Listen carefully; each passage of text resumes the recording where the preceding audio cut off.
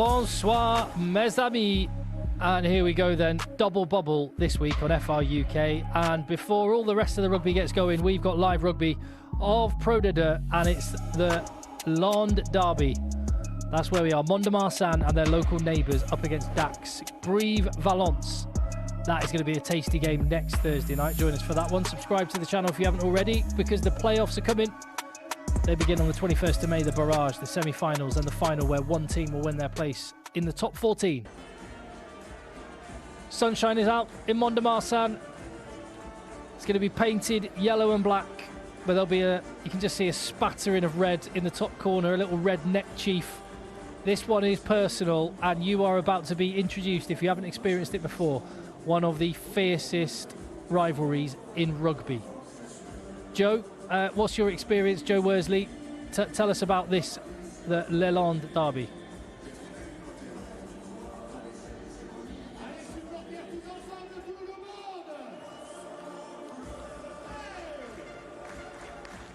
Sorry to interrupt you, Joe. Just obviously thanks to our Canal Plus colleagues, much better looking than us. We weren't expecting to see their face, but we'll take it. Go on then, Joe. Sorry, carry on. Yeah, sorry. So Rafi Ibanez was my link to the Leland. So he's from Dax, and he said when you're brought up, you're taught to hate Mont-de-Marsan. There's this rivalry going back decades, going back centuries, between these two towns who are part of Leland. It's kind of agricultural farming part of France, and they love their rugby. They're addicted to their rugby. But these two teams for many years were big names in the rugby world because they produced so many good players, being from that agricultural background. But obviously now they're small cities. They can't afford to keep up with the big dogs. They're in Pro D2, but they're still addicted to rugby, and they're still passionate about it, as you're going to see in the stadium tonight. Well, we've even got a comment in the chat already from someone who's there in the ground watching and still keeping across the chat on FR UK. €12 was the ticket to get in. That's crazy. And if you see a Leicester Tigers shirt in amongst that red and white and yellow and black, then it's one of our viewers who is there en Français. Speaking of which, drop a little thumbs up on the video right now. Send the link to your mates. Because we did put it on the title, but there was a slight confusion on when this game started, judging by when we scheduled it for. So help us spread the word, subscribe to the channel, and off we go. They really are much better looking than you and I, Joe Worsley. That pair. They are, aren't they? Great hair. I mean, your hair's pretty good. They're always well turned out in France as well. It's one thing I noticed. And in France, unlike basically anywhere else, gentlemen can pull off trainers with a suit and still look good. They do love a trainer suit, but I think they spend a lot of money on their hair as well, getting help. Raf, I remember, had a miracle hair therapy. Sorry, Joe, can we just appreciate what we're looking at? Mate, it's not every day you see a fella in stilts.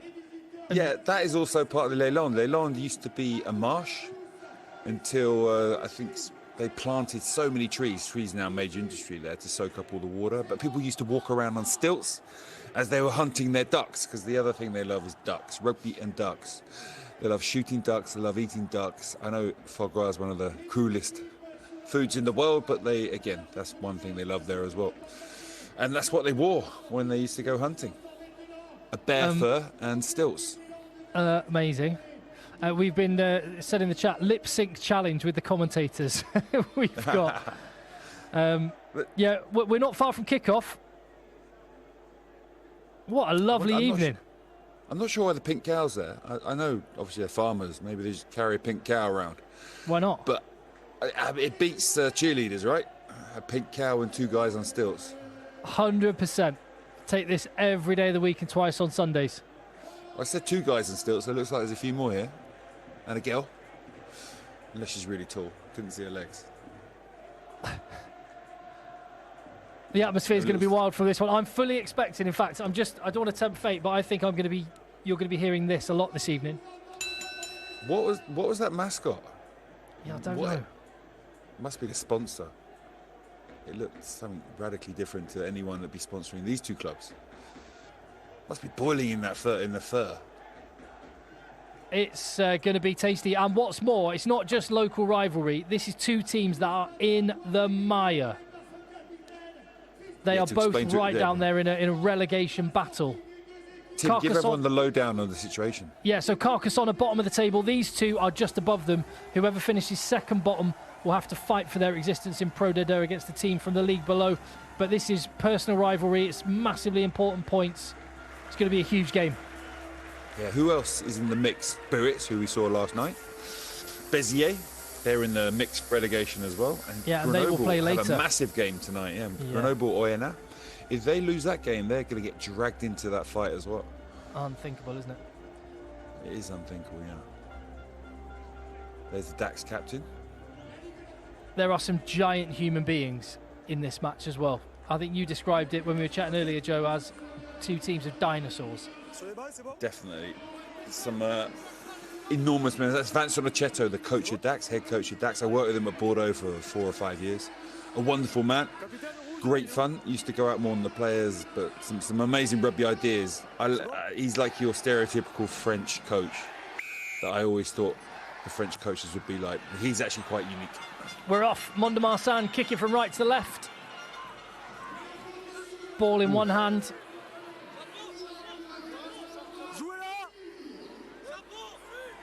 Was that Vatabua, the big centre, with the carry back? So slow. Yeah. That is terrible. No, it was the back row, I think. Oh, no, the second row, Nathika. Who weighs 100 and what? 135? 135 kegs. You don't normally get too many locks standing back on the try line ready to run it back. That's right through me. Speaking of large men, same size and shape as Ben Tamifuna, Nefi Leotinganga, formerly of Leicester Tigers, the Waratahs, Samoan international. 150 kegs of human on the tight head prop side for Dax. Oh my God! It's a comical. So between him and the Fijian behind him, you've got quite a bit of heft there, haven't you? Yeah, you've got a fair bit of heft. Mont-de-Marsan are not small themselves. And they've got a Georgian on this loose head side. Oh, the ball's gone in. There's one question in the chat that just asked me, Tim, what's one thing from Pro D2 that you would implement in the Premiership? Well, we're seeing it. The fact that the referees asked for a credible scrum feed, to the point that the scrum half put the ball in and the ball just stayed there in the middle. To everyone back home, that scrum was given because Dax took so long to get the ball out of the ruck. The players around, I think they were anticipating they would run that. So no one went to the ruck to make it long enough for the 9 to the kick. The 9 was trying to kick it. Really poor play for the first play of the game.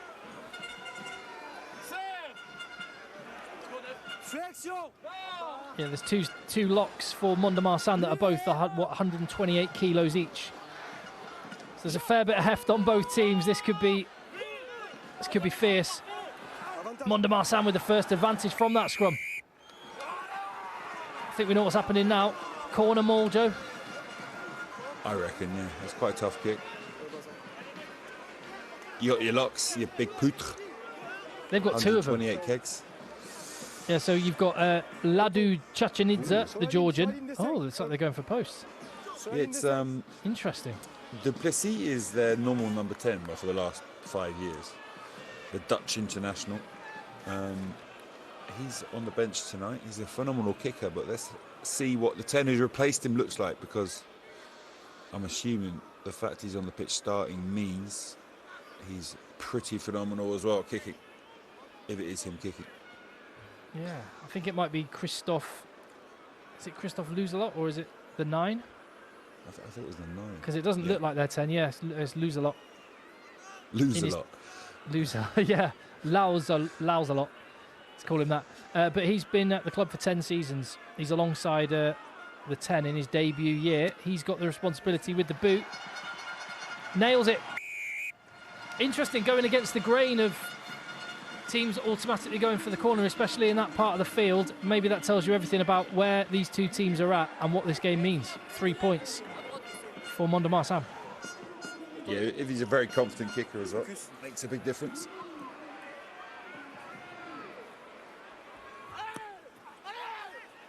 Romo Segui sticks it high. It's been quite a error-ridden start to the game. Now, the referee penalised Marsan for blocking the chase. So, in effect, they've given 3 points to Dax straight away. The escort rule, which was changed a couple of years ago, we're going to see it here. He does get in the way. Did you see that player there, Tim? Yeah, so the player changed direction, slowed down a bit. But if you slow down anyone who could tackle the catcher of the ball, you're going to get penalised. Foolish. I'll tell you what I was just noticing there as we wait for Segui to line up his kick. I was just looking at the number of people wearing all white in the crowd behind. Number of white trousers on show. That's brave. Lovely evening. 3-3. Maybe they're getting ready for some sort of festival. Yeah, maybe. It's very Basque, isn't it, the white trousers? Yeah, every town in this part of the world, in Basque Country and Leland, they have massive festivals where everyone just goes crazy for one day. It looks like Cardiff at midnight on a Friday. A restart actually taken cleanly and dealt with as Shimao Bento gathers his own kick. The Portuguese international. Nudge from Luzalot. That could fall for his winger.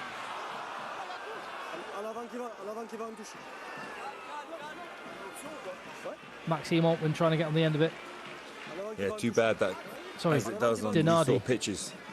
As it does on these sort of pitches, the bounce was not suiting him. Sir Luzalot, he spotted the space.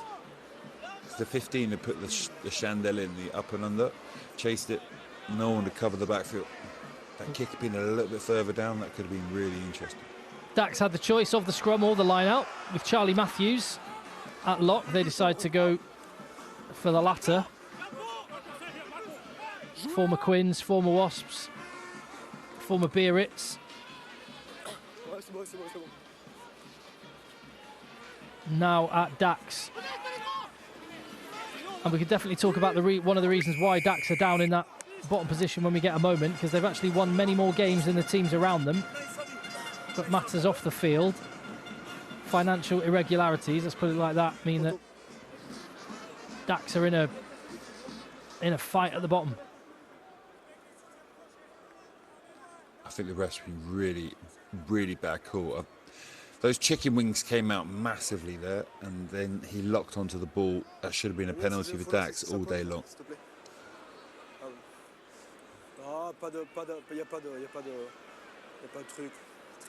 Ref is probably, I hope you could see that on the screen, otherwise he'd be feeling bad. That was a terrible call.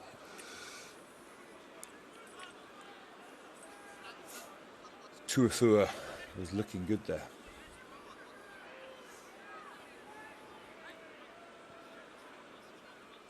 Christophe Luzalot. That is quite a comical name, Joe. I can't stop thinking of like some round table. Yeah. Knights of the Round Table. Definitely. But the kind of Monty Python version. Sir Luzalot from Leland. A bottle of red wine with FRUK. Says 2 pie 2 mash. Schlanta. And to you. Salut. Sorry, is it salut cheers? Or is that hello? In a form. What's cheers? Like chin chin or? No. Was that what they say in France? People do, yeah. I'm just trying to think what else. Top of my head. It's not. I think it is. Is it salut? I don't know. Anyway, well, on we go. Salut's like hi. Hi. Ciao. Yeah, that's right.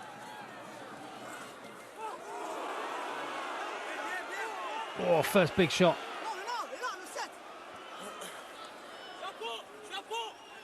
Oh, they can hold him up there. Yeah, they're going to hold him up. We haven't really had too many phases to actually get too many defensive shots in, but some of these is what I want to see. Cagey start to the game. Dax, try and play it. Will that be counted as a knock-on or a charge down? The ball's allowed to play on. Might come back and have a look at it, depending on how this one works out, but to touch it goes. Alex Dinardi not able to reach it.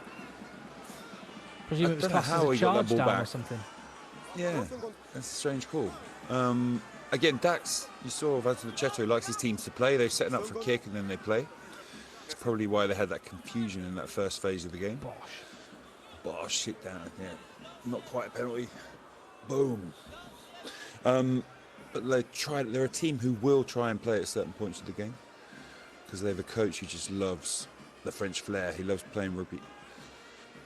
Didn't work out from that time. They're lucky to get away with it.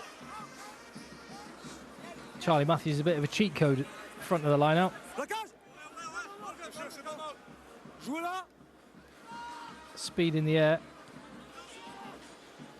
is enough to get Dax out of their own 22. Yeah, I'm sure this year Dax is. They've still got one of the smallest budgets in the league, but I'm sure all the punishments they've taken for financial irregularities during last summer, I bet you it's brought that team together, galvanised that team into being a team that's won so many games this year. They'd probably be up near Agen had they not have had so many points taken off them. But they'd certainly be safe right now. So I'm sure this wounded team have been galvanised by the punishments they took. Marsan have only really kept the ball for a couple of phases before going to the air, and it looks like we're going to follow that with Christophe lose a lot. There's in the chat, people amongst themselves are trying to come up with worst rugby player name, probably I think inspired by lose a lot. That's a terrible kick. That's too terrible. Again, that's where we're seeing the coach shine through again. He likes people trying things. It's just so badly executed. The first kick was scuffed completely, and the second kick, he really should have put that deep into the 22, kept it on the pitch or rolled it out on the 5. Instead, he boomed it out. It's a nervous first 10, Joe. Yeah, this is two relegation teams feeling their way into this game. Not to Charlie Matthews at the front. It goes over the back and too far. But tidied by Aletti. We're going to bounce into the familiar pattern. Giant human carrying ball. Giant human carrying. Scrum half, box kicking. It's a really short ruck. This could be a charge down. A bit longer now. Ooh.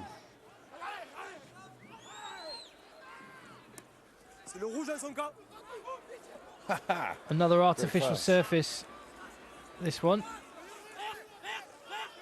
can see from the bounce of the ball. Nudge through from Laclau, the youngster. Only finds of Segui, sorry.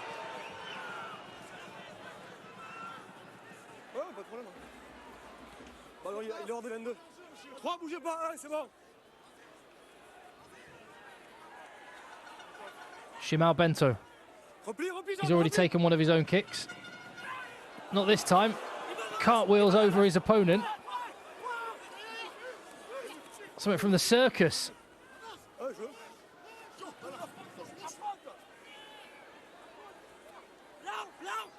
No look pass from Segui. Into touch.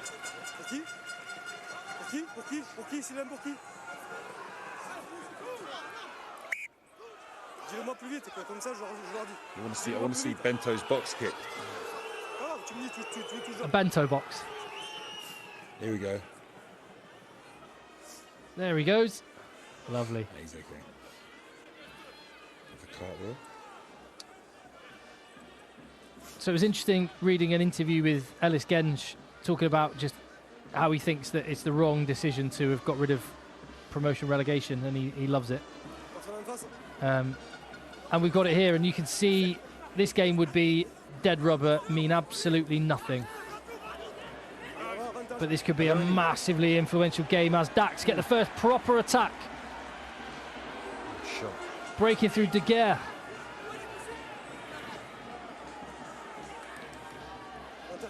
Vatabua playing scrum half to his Fijian compatriot Nathika.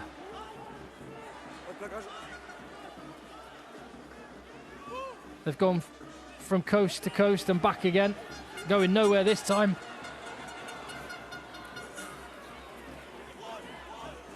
Osset Charlie Matthews, the enforcer, nickname he gave himself back in the day. Really? Yeah, he did. Tell me more about that, please. The Tierganger. I think it was when he was at Quinn's. He was interviewed and he described himself as the enforcer. Oh, really? Yeah. Could you? Oh, it's not a great. I think giving yourself a nickname is never a good idea. No, like Blade. Yeah. Blade. Oh, that's kept in. Ooh, nice. Mike Blair called himself Blade. Oh, stuck dear. with him now for life. Oh dear. Repli.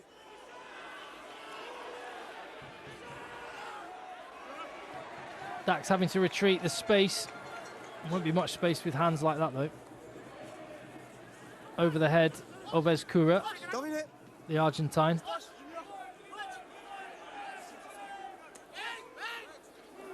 Route 1 from number 1. Goginava. Another Georgian on show, one of several this evening.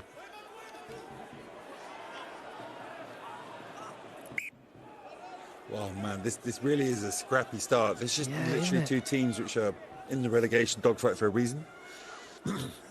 You're seeing it. If I had to guess who's going to win, I think Dax could win this. They've shown far more promise than Mont de Marsan in that first 15 minutes, which has been pretty poor. But Dax are the team who are creating moments, that's for sure. Mont de Marsan play quickly. Their form has actually been pretty good recently. I'll go through that in just a second. Yeah, I was expecting a little bit more from Mont de Marsan so far. They're kicking again here. You saw how he took that ball up. It wasn't a proper carry. He wasn't trying to get fast ball. They'd already decided. They've come into this game, I think, playing hangman. Basically give Dax the ball, let them hang themselves, and make the most of the turnovers, I think is their game plan. Well, Hiriat Iruti gets the ball back from a tap back. I think that's gone too far. Overcooked that one. Oh, it's not going to roll. Lovely. And Laclau threads it. Yeah, what a kick. Yeah, so Mont de Marsan, Joe, before their defeat away at Provence in the last round, which wouldn't have been a surprise to anyone, 4 wins on the bounce, despite being right down there at the bottom. They were in big trouble down there with Carcassonne until they hit a vein of form. 4 wins. Yeah, I think they got rid of the coach a while back, and sometimes that, again, another thing that can bring a team together, especially that he was really unpopular. But I don't know if that was the case. So, Mont de Marsan, they got character, they got balls. We have to wait and see how they get on. These two teams both are, like Dax, like we say, would already be safe despite having a small budget. Mont de Marsan, a club who played in the top 14 not that long ago, it just can't compete financially anymore. They're still a team with great character. People care about it in the city. Another reason, Joe, why I might roll the dice a little bit more if I were Mont de Marsan is Dax have won their last 10 home games, but in their last 3 games away, they have conceded 48, 52 and 66 points. Oh my God. Yeah. It's going up every game. Well, the fact they've won so many home games, I think, just speaks to, and the fact they're down in the relegation zone just tells you just how many points Dax have been penalised. As Loser-Lot takes it quickly. it's just a funny name. Oh, more time. Ezcura, he's been held up. He ripped it off, didn't he, as well? No. We get another scrum. Yeah. Yeah, no, I don't. They won't play anymore. Sure, I'm sure they won't. I'm guessing that when they had a change of coach, they went into 4 games and they've been playing. You look at the stats, they got more kicking than they had before. They've gone into this kicking, which has benefited them. They've won some games. And honestly, against Dax, I'm sure their strategy will be to give them the ball. Try and let them do some mad kick like Dax have already tried. And then leap on the opportunity that might or might not come out the back of it.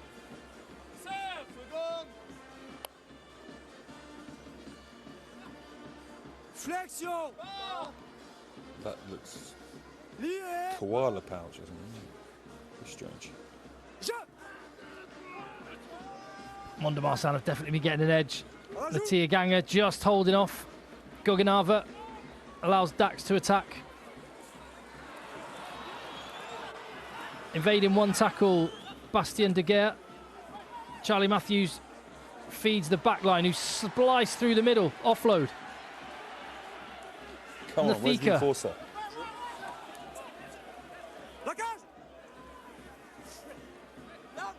Is this the first proper 22 entry for Dax?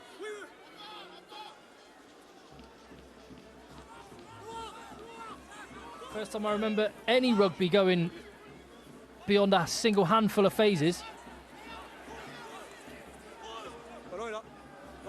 Leah Tiganga and Nathika.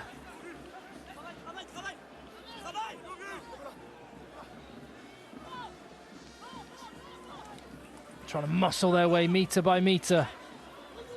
Barrere. Leah Tiganga again. Barrere again. Nathika again. Three of them playing with each other. The offload comes. Theo Duprat with the first try of the game. And the first time there was a little bit of invention, a little bit of skill. Try time. Yeah, it was nice. The captain carried the ball, got well tackled by two players. Nathika kind of almost ripped the ball out of his hands. Uses Fijian gas to shift his massive frame. And then a Fijian offload as well. The original break coming from another Fijian, the centre. He must be about 40 by now. Yeah, definitely a Pacific Nations edge to that try. Start to finish. Yeah, Nathika, nice plays. It's quite difficult to defend when you're pushing someone back and the player comes in to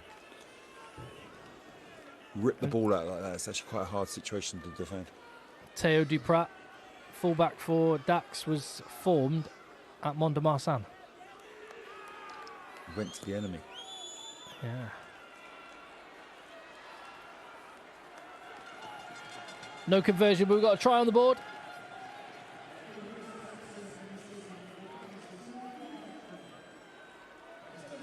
We haven't seen any fisticuffs or handbags yet. We got some a minute into the match yesterday. Mind you, we haven't had enough rugby for big shots or off-the-ball stuff to happen, really.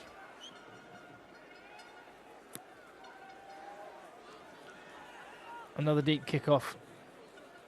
Yeah, just too easy, huh? Straight to Segui.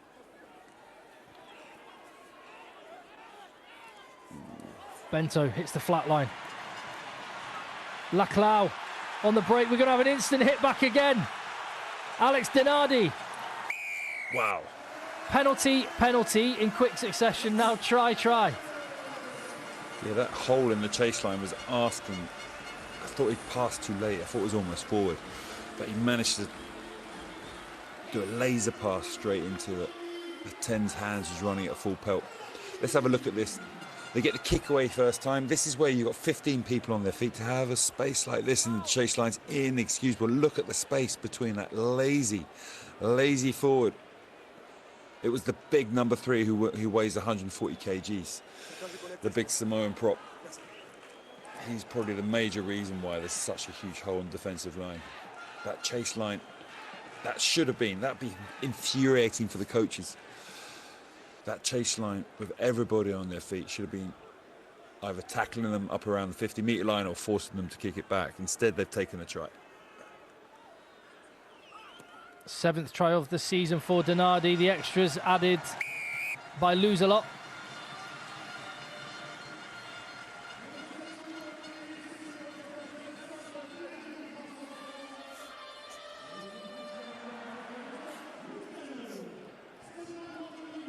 You can see these big dinosaurs, they aren't too mobile.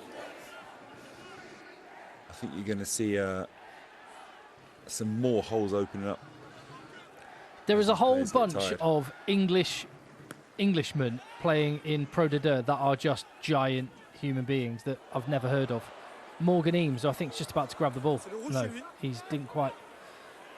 But Morgan Eames, the big number 5 for Mont de Marsan, is one of them. Had a brief spell at Bristol, but other than that, his rugby has been in, for the most part, in France.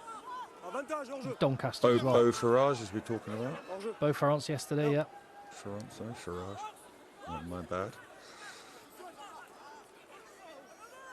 Oh, c'est le jeune qui avait chez lui, c'est le jeune qui avait chez lui. Miles Edwards, another one. Giant Englishman. Yeah, he was at Mont-de-Marsan last year, wasn't He was, yeah. Capitaine, il y a deux fautes, il y a une faute ici. he? Yeah. Ça lâche pas et là-bas il y a un hors-jeu aux 15 mètres. Oh, I really want nice weather to be back. This is making me really jealous. You're down there, well, you've been in Perpignan as well. 15 mètres, à 15-16 mètres. Yeah, it was hot today. Joined in with the guys training. The guys not involved in the game. A little touch rugby, a few Still got it? balls. En avant jaune et après il y a Still got it, yeah. Showed a few of them, a few tricks.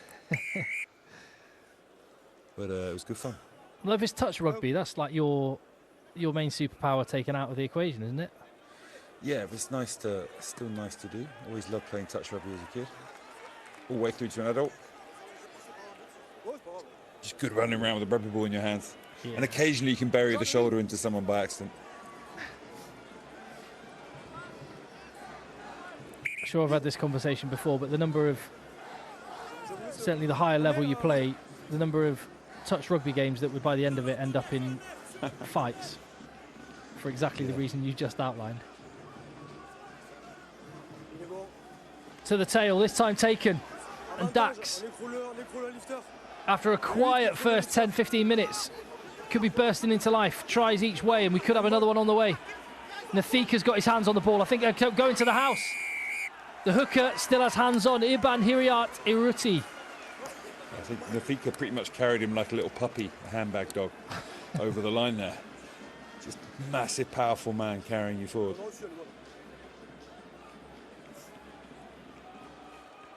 Pro D2 more than any other league values this, or at least can execute this. Maul and scrum. The number of tries to hookers is higher in Pro D2 than any other league in the world.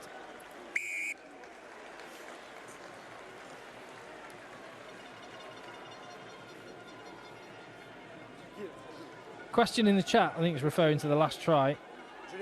Thank you, Hitchhiker, in the chat. How do you coach to stay connected after a kick chase, especially when it becomes kick tennis? One for you, Joe, defence coach. When you've got 15 people on their feet, the only time you're not going to have people in the chase line if someone's being really lazy, like we just had, the situation we just had. It's more difficult when you've got 5 guys in a ruck to spread across the pitch and get the chase line organised. Well, we can see it. So we can see a chase line. We can see a chase line here. Talk us through what you're seeing from Dax. Yeah, but see, everyone basically chases the sprint as hard as you can. So when you engage a certain distance from the ball, that's where either, if it's going to be a long kick, you're going to be far enough away to connect and wait for your teammates. If it's a contestable kick, then everyone should be around you anyway. You might contest the ball, but people have to fill in behind you. Players might narrow up their widths as that ball comes down. There's a wealth of things you can do. Yeah, kick chase is a science. There's so many people in this ruck, for example. The kick chase, look at that. It's terrible. Yeah, it's hardly any of them. If Dax win this, trouble time. They're on. Yeah, called it. Interesting. Yeah, there was. You could see there's like 7 men in the ruck.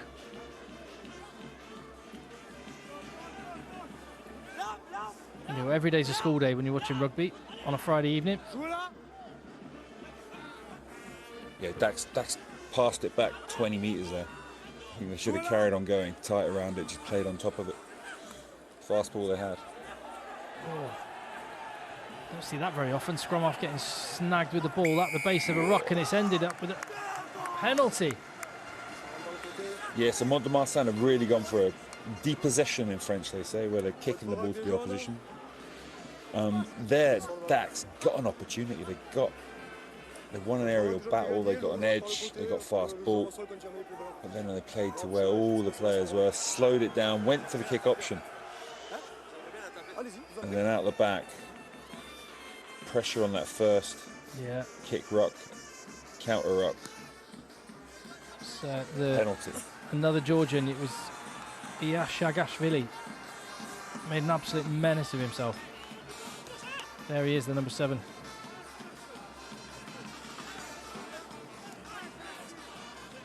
I swear I could recognise that tune for a second from the brass band. Anyway, You carry on, Joe. You were about to say we're still No, got the so line. Georgian line-out corner. We'll come back to them in a minute.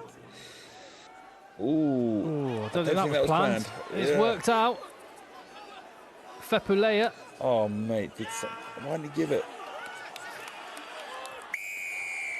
What a terrible decision. Do you reckon he could come up with a line-out where he actually looks like that? Leave the prop at the back. Everyone rushes forward. Just throw it straight to that guy who gets fast ball. And then, but that player, number 6, I can't remember his name. That would be Laforgue. Laforgue. He took ages to get that ball out, took ages to play the ball. It's there. Pick it, go. Don't carry it there. Oosh. Good position though from the number 8. Offset. He did do well.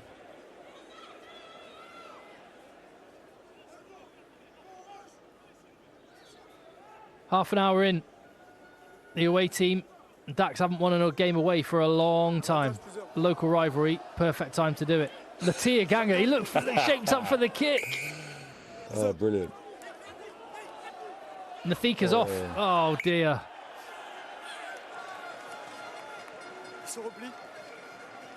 We had a Samoan with a dummy kick and a Fijian with a quick tap drop. Yeah, welcome to Pro D2. Did he drop it onto his foot? Here we go. Oi! Epic fail. What a boy. Slipped.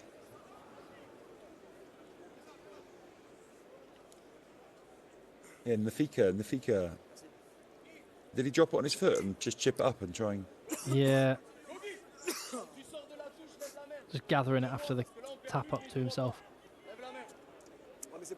If you if you had to hand out rugby contracts without actually seeing anyone play, like Nepi Latia-Ganga, you'd be saying take my money. Just look at the size of the man. And I know he's massive, but honestly, I'm not sure purely being enormous. We saw he's responsible pretty much on his own for that first try. Yeah. For Marsan. I don't think he can run for more than 5 minutes before. Yeah, that is what makes Ben Tamefuna all the more incredible, isn't it? Isn't he incredible? He is incredible. Skillful, jackler, tackles well, scrummages really well, carries well. I know he'll blow up occasionally, but geez, for half an hour he's magic at the top level. Marsan. They have attacked a lot better this season. Laclau got running. Lose a lot. Hands it off to Tuifua. Not really mentioned Big Sam Tuifua, the number 8. Slightly quicker ball for Marsan. Direct on this phase. Poor. Shot. That was a big man. Smashing another big man, but the ref's done him for being offside, I think. He did leave the line quite early. When you weigh that much, it takes you a long time to get there. So he had to leave early, but he got a massive shot. I hope they got a camera angle on that. That's good. Marsan going for sticks again. Here we go. Great angle.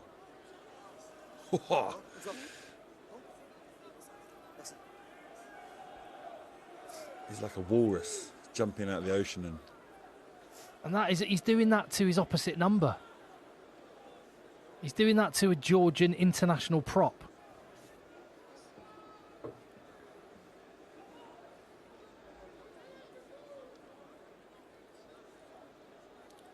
Do you reckon Lose-A-Lot's going to get this?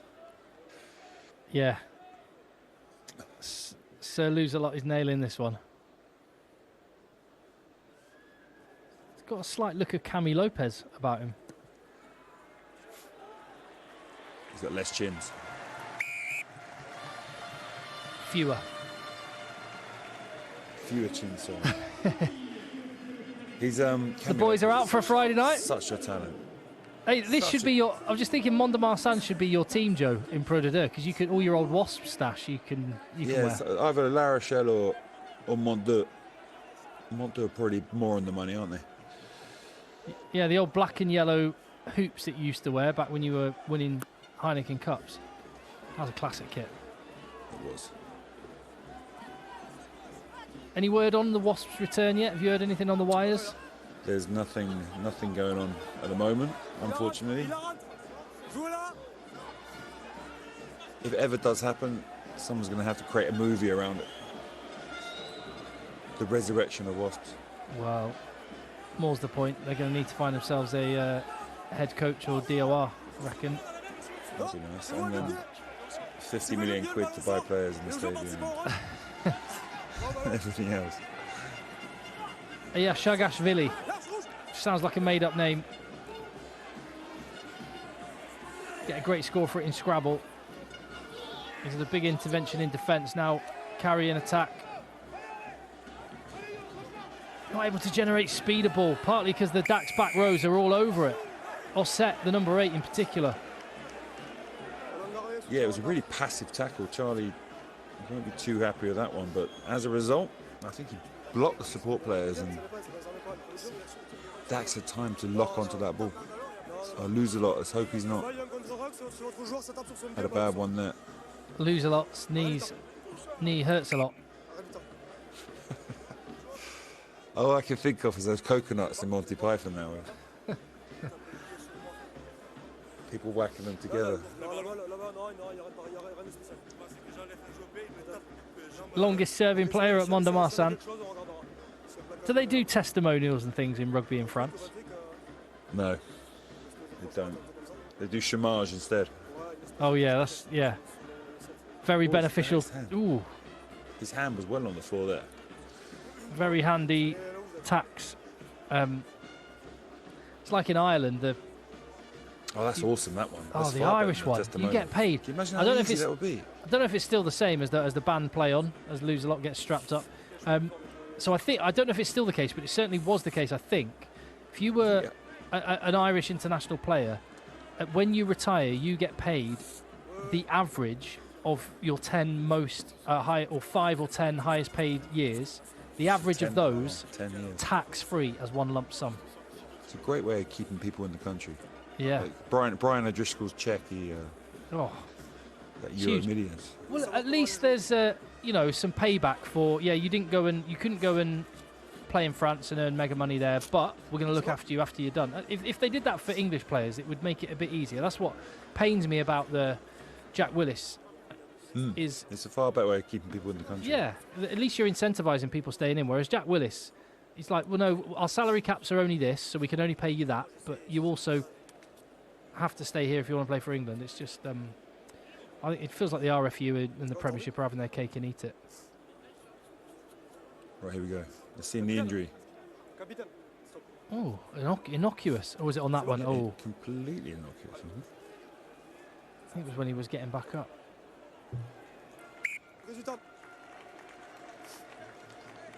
On he goes. We'll wait and see if his left peg's still going to be used to kick sticks.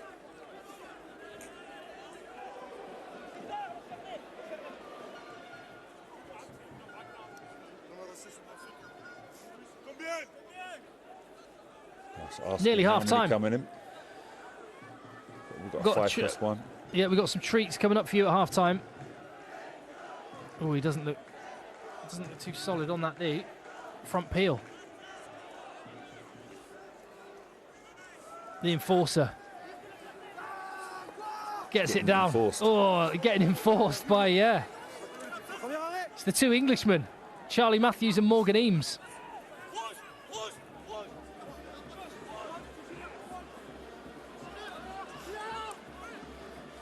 Attack from Dax Nathika. Oh, can't keep the ball. He dropped one. He's been stripped. Here, Shagashvili. Again, big carry. Where's Lose a Lot? He's limping. He looks bad. He is. He's Lose a Lot. World War I going off. Yeah. Only a matter of time. He's playing on one leg.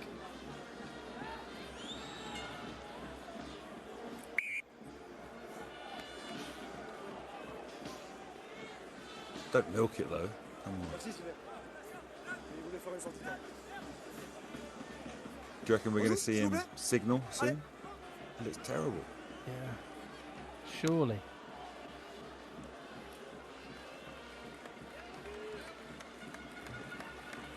Yeah, limping off to the touchline. It's done. What a waste of tape. He's looking sad as well, huh? He does. He knows the importance of this game. He does. Big, and possibly the season. And again, the way he's looking, I don't know whether he is in his 10th season. He is 34. I don't know that. I don't know what his contract situation is next year.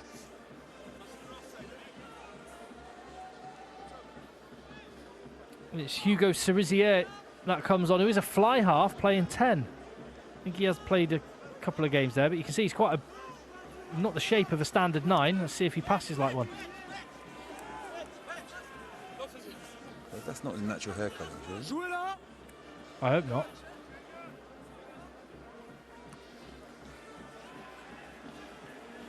Decent, reasonable enough box kick. Up there for Dinardi. Bautista Escura carries on. Cerisier looks to the blind side. Leclau founds Dinardi, beats another defender. Ball on a plate. Goginava can't take it. Furious with himself. They've got penalty advantage. Now Leclau has got 98 points to his name, the number 10. He's going straight over to the ball, taking it from Cerisier. 6. C'est qui le 6? You see the winger beat a tight head. I mean, Marsan, their game plan has involved a lot of kicking game.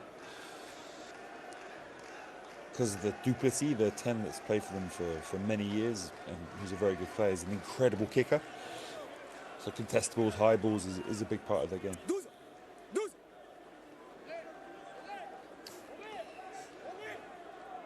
Correction on the number 20. Milo Harris is on. It does not sound very French. No, he's absolutely a 9 though. I take it back. It was just his big frame fooled me.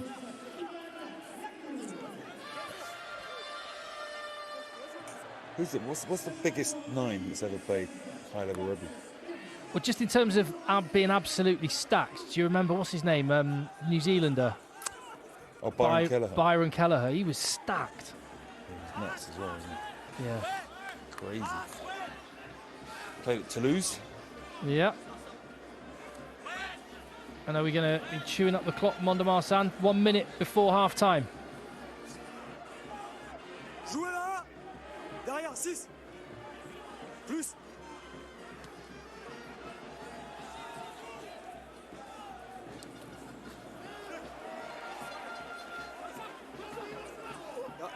Oh, come on. Milo Harris. Got a little bit of a teaser of our interview with Billy Searle coming up at half-time. You're going to be able to see the full thing on the channel pretty soon, but we thought we'd just give you a little taste of our natter with Billy Searle. Tearing it up for Leicester Tigers this season, but was in Pro D2 last year with Agen. Sorry, Joe, go on. Off the head. No, just penalised there for touching a Dax player, and then the hooker there, Irati, tackling and getting involved in play with that before. He was not onside because of the knock-on. So penalty. Now we're going to see a kick to the corner. Unless the fence is taken on a 56-metre kick. They're going for it. 56 metres. Who's kicking this? Wow.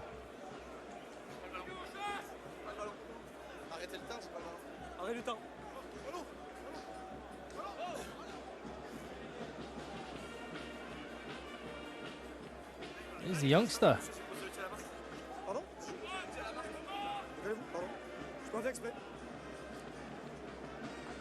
Iban Leclau, 21 years of age.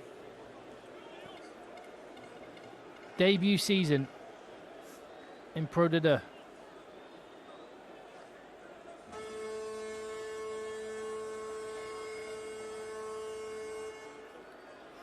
The horn has gone. Is it a 4-point lead?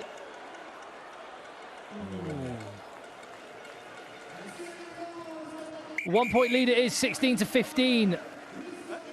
Lots of tension, a lot on the line. Tight start. Broke open a little bit for a 10-minute spell when we got 3 tries in quick succession. 2 for Dax, 1 for Marsan. Let's hear what they've got to say at half-time. Le cloud.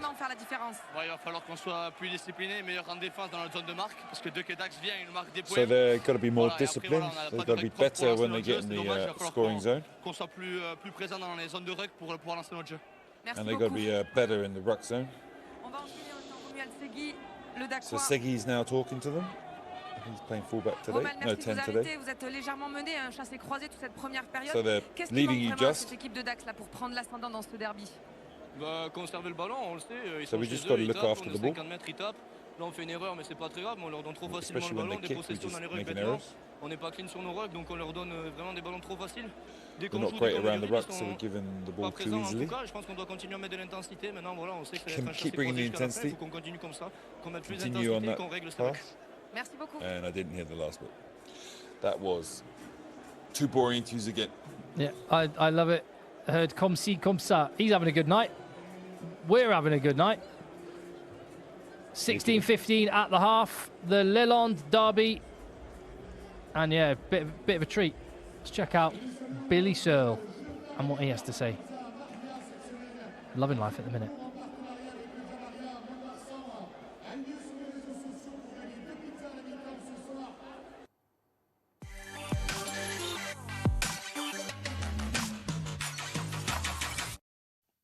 Billy Searle, how you doing?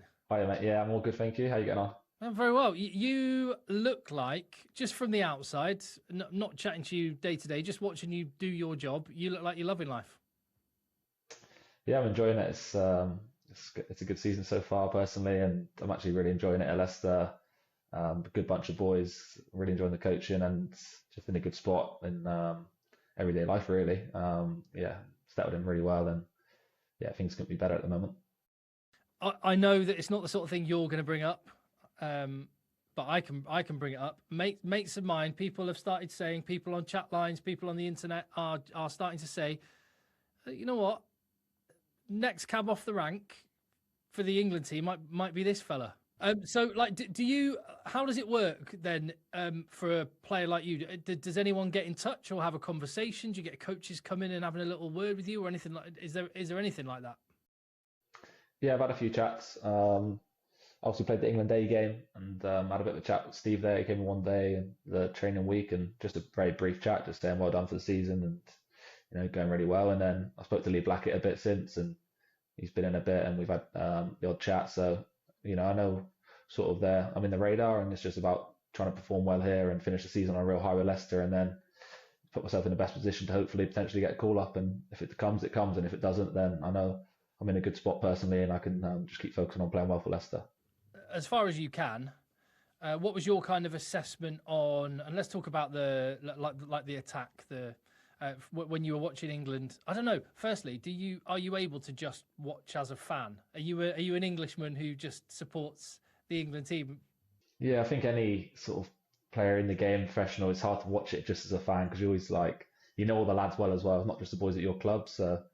You're always sort of watching the games from a rugby sort of view, but obviously you want the boys to win, you want England to win as an Englishman. So they also had a tough campaign in Six Nations, but sometimes a couple of results go against you and it can be heightened a little bit. And before that, they're on a really good winning streak. So it's tough for them. And I know after a couple of losses, it's tough, but I think the last game showed what they can do when they get the ball moving. And that sort of game excites me to potentially be involved. The way they were tackling that game was awesome and they played really well. So I think it's a couple of losses, but they don't need to be too down about it. And it's just about building now, going into the summer. There seems to be some interesting kind of trends and changes, and it feels like attack is on top at the minute, whereas there was a big period of time where defences were on top. It feels like attacks are starting to really get on top at all levels, and internationally, domestically. What do you think's behind that? I feel the big change was when they got rid of that escort rule. So there's a lot more competing for box kicks now, so you get a lot of ball back, unstructured attack there. You see a lot of tries come off that sort of unstructured attack, like the first 2 or 3 phases off a kick, and a lot of tries off like putting the ball in behind teams when they're not structured in the backfield. So I think that rule change had a big effect on it. And I think teams are just moving the ball now, playing an attacking brand of rugby. And it's like exciting for me. I like to play that sort of game personally. So we're doing that at Leicester now. We're moving the ball a lot more, and that's how we're going into games, trying to score. You see a lot more teams now going for the corner as well, the like traditional way of going for points. You look at Bath and teams like that, Exeter, they pretty much go for the corner every time, unless it's near the end of a game or situational based. But that's just teams backing themselves more and going for the corner and going for the try. So I think that's the new way now, and that's how you've just got to get with the times, and you can't sit too far behind because you're going to be left behind. So yeah, it's exciting. I think you are right. The escort rule was one of them, and and I know it's been a few years since it came in, but the 50-22 has completely changed that dynamic, hasn't it? With space in the backfield, the risk reward of dropping players and where there's space, it's just created all sorts of different opportunities. And I know Joe, he's just disappeared. I was about to bring him in on the chat then, but yeah, I think maybe, and you're best placed to answer this one. You and Joe would be, but it feels maybe French clubs and maybe French rugby generally was kind of a little bit further down the line, but actually English teams an English mindset is very much in that mould. Yeah, definitely. You're probably right. I think out there they play a free style of rugby. What my experience in France was play what's in front of you. You still have structure, but it's a lot more, encouraged to offload, stuff like that. And with the 50-22, like you say, there's obviously normally two in the backfield when you're in your own half. Got to be, because there's good enough 10s now around to pick that off if not, and normally 9s can pick off the other side if not. So you've got to cover both sides pretty well. So it promotes that running game, especially from just inside your own half. And if you can get an overlap or a number dominant one side as 10s, that's what you're trying to look for and trying to take that space. Should we, Joe Worsley, put your camera on, mate? What's going on? There he is. Is that okay? Yeah, sorry, my microphone was playing up, Billy, so I just... I can ask the two of you, actually. You can both chip in with this one. How much time in a normal training week is given to which parts of the game? How much time do you get as a defence coach, Joe? And then I'll let Billy go first. To be fair, we cover off it all at Leicester. Like a typical big day on a Tuesday, we'll have a block with our kicking game, what we're trying to get out of that. Exits will be involved in that from lineouts, but also just our game plan kicking game. We'll have a defence block, we'll have an attack block, and that's all probably about 5 minutes long. So you don't get long in terms of on each one, but then you go into game blocks at the end where you get a bit of all of it. So probably looking at 10 minutes on the big day maybe for certain aspects, but I guess for a D coach, you'd know more for your side of things. Yeah, I mean, the most successful environment I worked in at Cast, there's literally minutes in the week on traditional drills, literally minutes you're doing things for. Pre-season, you got everything up to a level where it was okay and you just kept it there with these little drills occasionally. If something went badly wrong, you might have a little bit longer to fix it. But normally by that point, everyone knows what they're doing, and it's about the team that's playing at that point in time, making sure they're synchronized and doing it together and getting that right. When they execute it on the pitch in 15-15 or maybe small-sided games as well, you could say in certain situations. But most of the coaching comes through match realistic situations or game situations, which is the strongest way of getting it across. Drills are great initially, but traditional coaching like that is kind of moving slowly away, at least being reduced. You need it at certain times, but yeah, I'd agree with that. Yeah. I think the 15-on-15 is where you get the best practice out of it, and it's more realistic and you get better footage to review. Whereas if you do drills or set up where the D's got numbers and it's a bit unrealistic, you don't get as good of pictures and it's not realistic. So I think the more 15-on-15 you can do and try and practice areas you might get in the game and let it flow, I think that's way better practice for me when we're training. Yeah, but then after that, your gift as a coach comes in how you analyse what you've done, and then you can try and create things that happen during 15-15, but you're very limited to control the start points maybe, and you can reduce pitch size, increase numbers on one team or the other to give you some sort of pictures, but really it's the analysis afterwards individually as a team coming back, and then how you set the session up. That's where I think a lot of good coaching comes in now. That's why a lot of coaches wouldn't realise that when they got into it, how much time you have to spend in front of the computer to give the feedback.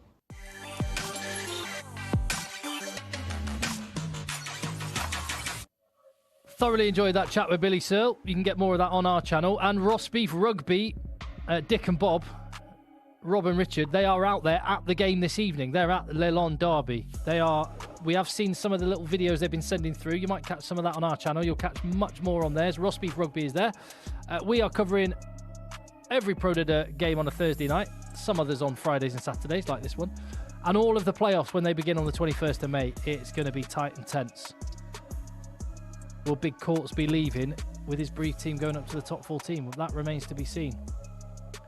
Next weekend, beyond that, into May and Van, top of the table against Provence. That's a big one. And Brive, Valence, that is our game next week.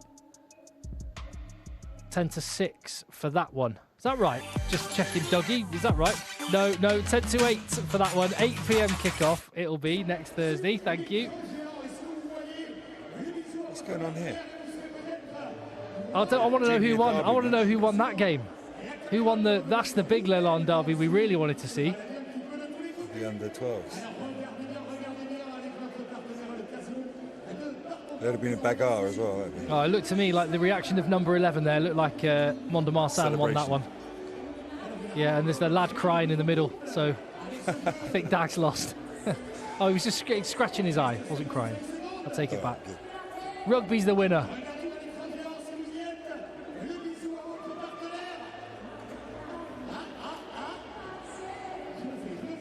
Yeah, there must be families that have split loyalties.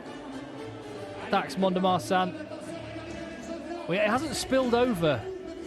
The aggression has not spilled over yet, Joe Worsley. The aggression has not spilled over in any way. I think the players have been pretty calm.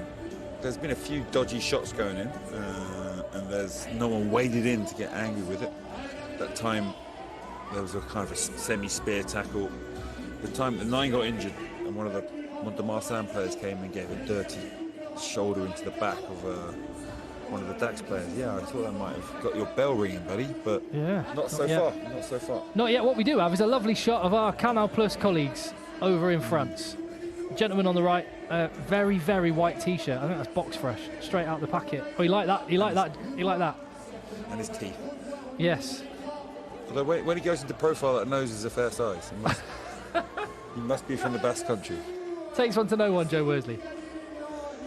My nose has been flattened. Your ears, mate. Let's talk about your ears. They're getting bigger. Yeah, one of them's considerably bigger than the other one. But it's like Mike Tyndall's there are bigger nose. problems in life. It's like Mike Tyndall's nose. One of your ears is trying to disappear off your head. Maybe I should go to the same plastic surgeon he had. As we see some of the moments from the first half, there were some good attacking moments. And this particular was a highlight. Yes, nice couple of holes in attack which were exploited, and then with the quick ball, as Joe says, the phrase playing on top of it, and a couple of carries from Barrere, the skipper. Nathika with the offload. Duprat with a try. Yeah, I think bar that counter-attack where Dax just left a massive gaping hole in the chase line, it's been Dax who've created that try. They've created other moments as well. They look more dangerous. Mont de Marsan got stronger towards the end of that first half. Let's try doing lip syncing. You be the guy on. You go. Okay. Go, Joe. I think you're talking about. Oh, it's done. It's all over. Really being. All over. Dax team being. Vincent Aceto, the coach. They're talking about him, right? Here he is now. Yeah. Do you want to hear the other scores from around Pro D2, Joe Worsley? Yes, there are please. other games just getting underway. And in Pro D2, Valence have taken an early lead against Nevers. Colomiers are absolutely spanking Carcassonne, 31 points up. Béziers are beating Provence 13-0. That's a massive one. Béziers. Provence up there in the top positions, and Béziers right down in the mess. How Brive getting on, Tim? Brive, I think, they're 6-0 down against Aurillac. Whoa, 25 minutes gone. Yeah. It's the big derby, isn't it, this weekend? That's incredible. Yeah. Some big games. Could be significant. I've watched the Béziers result. If they go and beat Provence, who are in 4th, Béziers will move out of 15th spot and in the relegation playoff match, and it will be Biarritz or potentially Dax or Mont de Marsan who drop down into it. Yeah, let's keep updates on that, please, Tim. Capitaine. Yep, for sure. So yeah,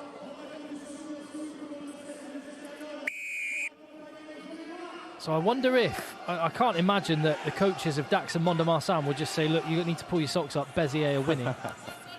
Yeah. Dehors, on est dehors. Heaps more pressure on them.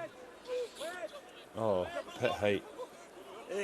Passive carry to stay in the 22 to get an exit. He probably won't even kick it to touch as well. Let's see. On contré. If you don't kick it to touch, what was the point in a passive carry? Yeah, exactly. Why bother? It's ridiculous. Big Neffy doesn't have the same ring to it as Big Ben. Big Neffy's not bad though, mate. It sounds like a range of toys you could launch. Big Neffy. Oh, that's a nice lift. Duprat, the try scorer, is away. Delayed pass, double pump fake. Waited for the hole to appear. Put him through it. Maybe a little bit of a sign of intent. Big Neffy, not his best moment with those hands. It was nasty Neffy. Leclerc. Nice yellow boots. I think I would do that if I were a Mont-de-Marsan player. Go for the yellow boots. Like the big man Chachanidze there, who's rucking over the ball.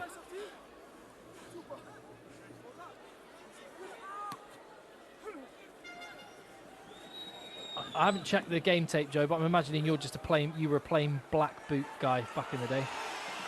Yeah, I truly believe that people wearing multicoloured fancy boots were against the spirit of the sport. But hey, I don't mind now. I think it's harder to find a pair of black boots now, isn't it? It is. And when you do see them, New Zealand had a whole team. They had that, was it the World Cup? They had matte black boots.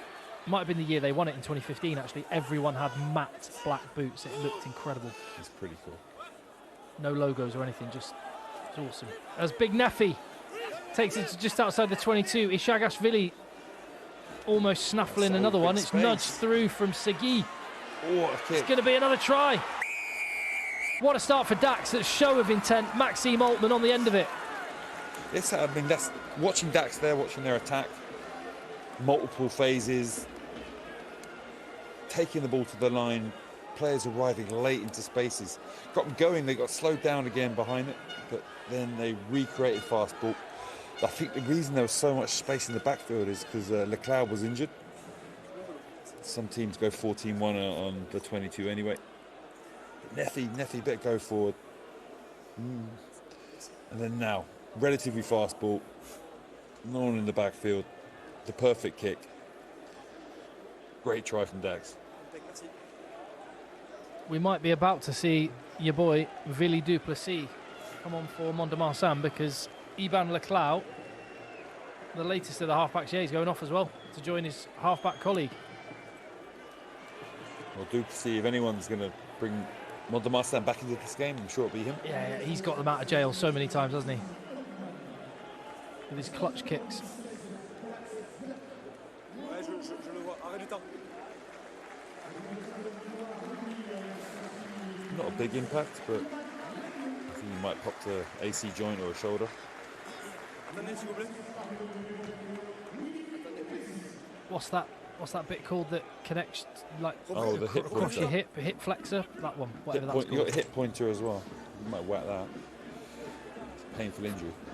4-point game. Oh, what a clear out. Oh, that was a... Oh, yeah.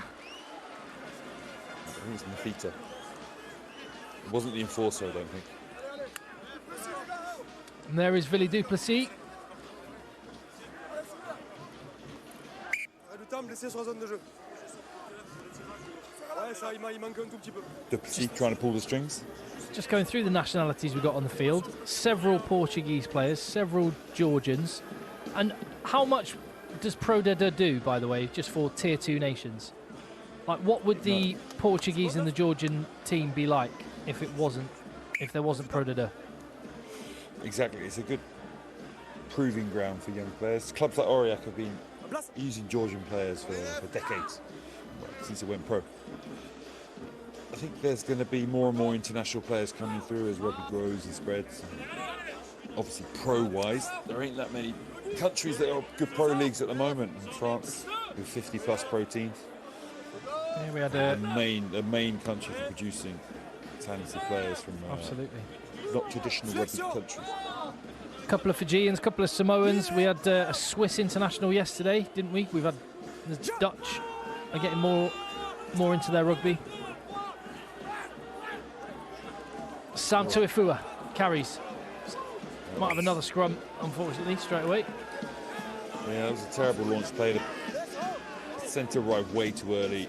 The 9 still gave it despite him blatantly being in front. Some diabolical play. Lose-a-lot would have done better.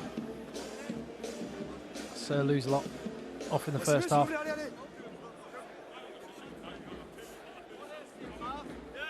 I'm going to say there's a lesson for kit manufacturers on this pitch right now. You can have as many sponsors as you want on your jersey if you keep the colour palette nice and simple. Like just the red and white of Dax with all those different sponsors, and the same for Marsan. It looks good. Stash looks good. When does it go wrong, Tim? When's it wrong? When Is it too like, much? well, just when you have different garish colours that don't fit. Like I like it. Dax have got about 25 different sponsors on their kit, but they're all in just plain white. Looks good. It can go wrong when like Northampton Saints have Tool Station written across their jersey. That's just asking for grinder. jokes. Grinder for many years. Oh, Biarritz have grinder, yeah. On their ass as well.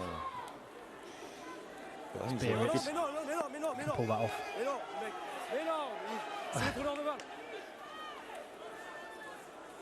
La cage. I think Dax stole that. What, Here we grinder? go. Oh, stole the ball. I thought you were talking about a sponsor. Oh, come on. They're attacking the line again. Segui with the nudge through. Billy Duplessis won't like that first C'est le rouge qui la rentre. intervention into the game. Offload. Ishagashvili. He kicks it ahead, but only as far as Duprat. Repli. Starting to get a bit loose and wild. I'm hoping this is a sign of things to come. Il la rentre. Ballon rentré. Duprat. Repli. There's medics all over the field. C'est bon. Lots of players walking. One of them not Billy Duplessis, gets smashed. Shimal Bento steps one defender. There's got to be space in the backfield. Well, there might be. Repli vert. Forwards are just having a little stroll around the middle of the park, letting everyone else play. Yeah, one or two of the dinosaurs are not being too mobile. Good option at the end, though. Poor pass. Took the momentum away from their attack. Space in the backfield, rolled up there. You've got 50-22 as well. Oh, it rolled over the 22. Yeah, amazing. That's a great option then.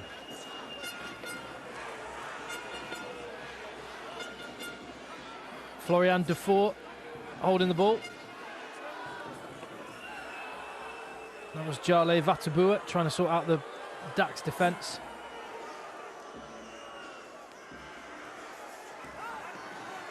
Chachanidze with the take. He sets the platform, gets his elbow in Charlie Matthews' face. Having a hug at the start of that maul.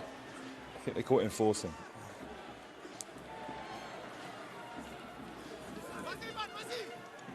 Sam Tuifua.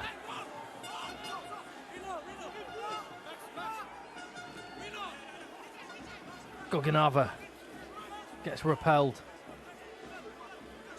Big Neffy knocks him back over the 22.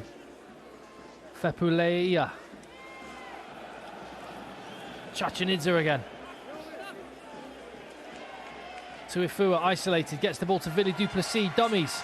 The dummy was taken. Hook, line and sinker. Shimal Bento busts through. Ezkura. He's asking for it. I think we can see a yellow card here. Yes, cynical. Is it Duprat? Oh, kicking off now. Well, there's still some afters going on. Someone needs to enforce this situation.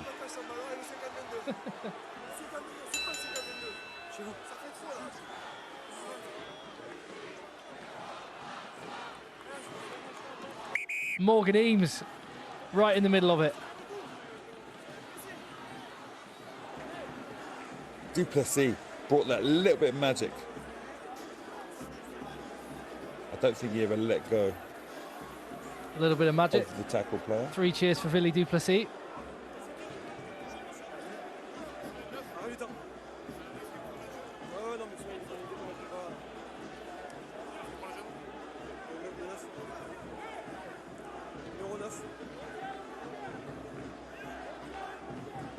What sparked that?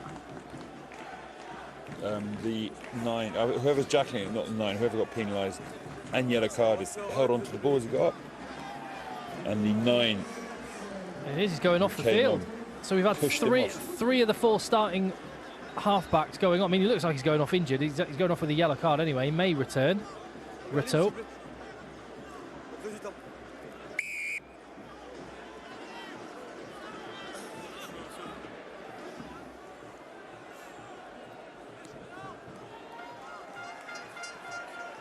Really sticks it in the corner.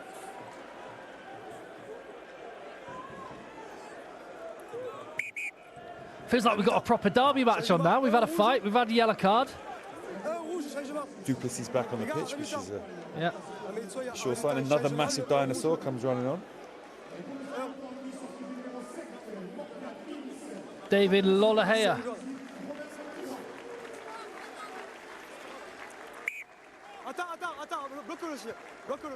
Big game at the bottom. Béziers are 13-10 up against Provence. You've got Neffy and Lolofeo. Big Neffy and Lollahea, yeah. 2 tight head props, I thought. Wait and see what happens at scrum time. Big error that from Marsan. Make a note of this. 49 minutes, just got a man up advantage. Penalty on the 5 metre, mess up the line out and cough up a pen. Massive moment there. Lolofea, Neffy, making a big difference to that more with the power those 2 guys have. Let's have a look at this. Interception from Charlie Matthews, the enforcer, enforcing the line out. It definitely did. 1, 3, 6. 1, 3, 6. They get a good exit here. Eats up some more time. It's going to be very important for Dax. This next 5 minutes.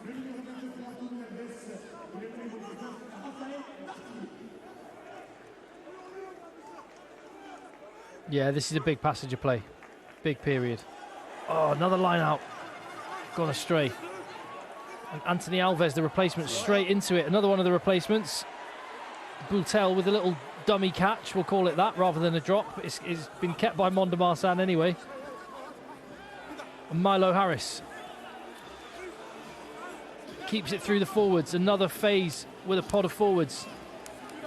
Win the first contact. Escura feeds out the back. Billy Duplessis to the edge.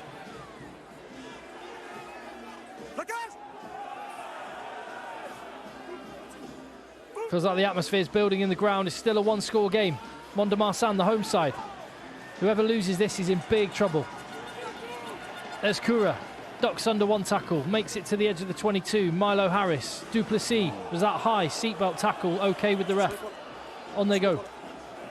Sam Tuifua. Milo Harris takes the first step forward, lifts.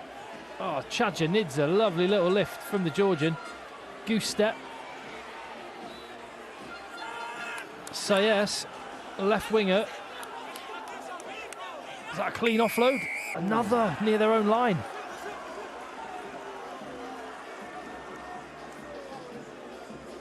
Is that Duprat, the fullback? Yeah, I think the player lost it on the floor, and there was a good jackal in there. I think it was from the fullback. Vincent Ocheto will be over the moon. Go forward, momentum building. Man down, another chance to slow it down. Stop, get more minutes off that clock.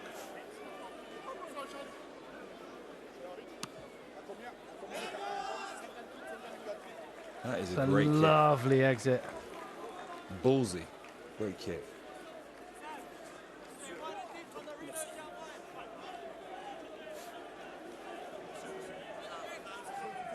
Here we'll see. Qu'est-ce qui se passe? Yeah, he lost the ball and spilled, then the yeah. 15. Yeah. C'est bon? Do you Somehow coach plays on his feet. in defence? I just noticed as well, going through with a tackle with a player that's just passed the ball, as long as it's not late, it takes a potential support runner out of the game, which actually is one of the reasons why Mont-de-Marsan were a little bit short. Another line out messed up. Just wondered if you coach that, just take the man down. If someone fixes you and you have to go to them, then you may as well end them as well. Always a good thing to do. Yeah.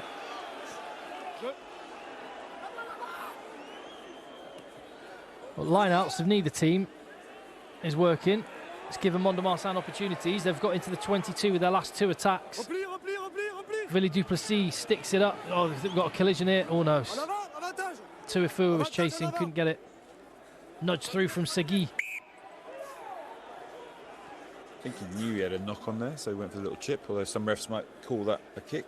Yeah, I mean, if generally speaking, if you kick away, unless you're under pressure with the kick, if it's not a good kick, that's on you. Advantage over. Yeah, just played on there.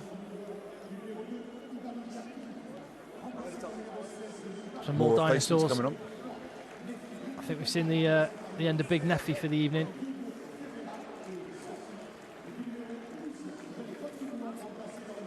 Louis Barrere, replacement hooker. Oh, this guy is a powerful Oh good guy. yeah, Jope Nasira. He is an absolute unit. Look at the body on that guy, Neffy. Yeah, watch out for this fella. He's an athlete. Shape of that lad.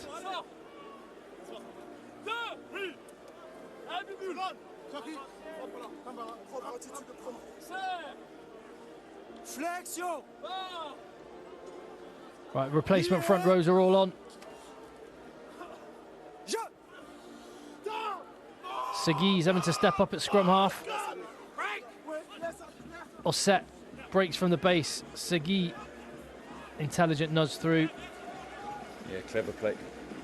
Again, yellow card, tactic change. You're missing your 9.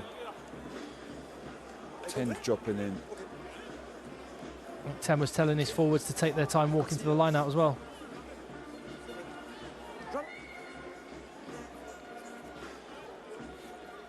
Did it touch one of the Mont-de-Marsan players? Must have done. En place, rouge. Allez, en place. Allez.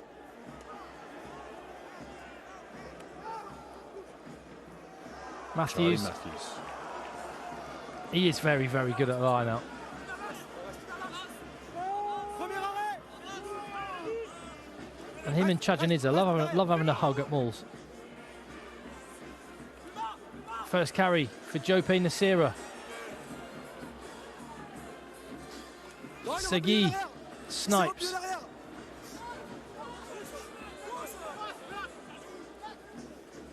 Matthews takes it round the fringe. Lolahea freshly on. You can see Louis Couget thinks there's space on the left. No rush from Dax. Jope Nasira cannot get on the end of it. Overcooked Segui. that kick a little bit. Quelqu'un la touche, le mec, ou pas? Quelqu'un, il a un jeune qui la touche ou pas? Sylvain. Cramp for the big Nathika in the engine room for Dax. Je vois pas Got a quelqu'un busy la toucher. game. Donc on repart sur Armand 22. Non, je vois personne qui touche. Fair play. This band are all in. Changement. They are pretty good, aren't they? Seg et I mean, Seg. again, Leland's famous for its bands. You get their bandas. It's like associations of sports and music, and each kind of area has their association which runs the sporting clubs, and it's the state kind of side of it. So I think the bandas is obviously that part of town, that part of the city. They have their band, and Mont de Marsan.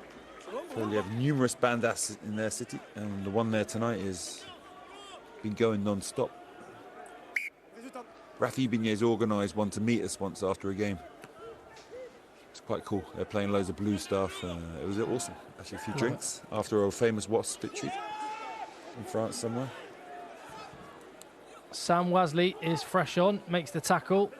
He's on for Nathika as well. He's had a really good game in the second row, but was limping off for Dax. Gatillon Massé dances round a couple. His centre partner Escura tries a risky offload, does not pay off. And they've coughed up possession. Dax on halfway, playing territory, chewing up the clock. They've got just over 7 minutes of their 10 man down navigated as a large man.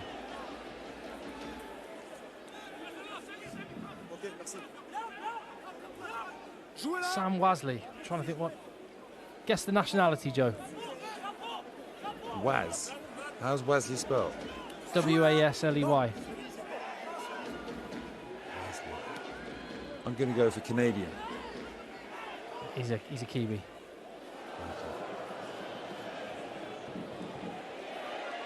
He's 127 kilos at 6'3".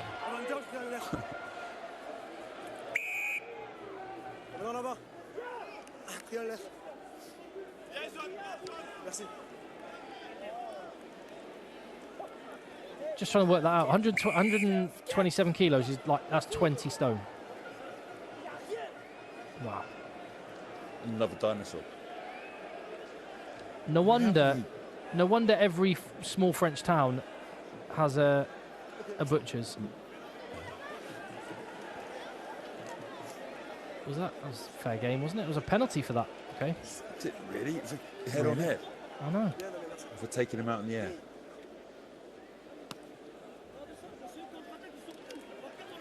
Let's just go with it, Joe. Penalty is Mont de Marsan on the attack. Villy Duplessis with a good touch find. Yeah, I think someone else, the touch judge, gave that one.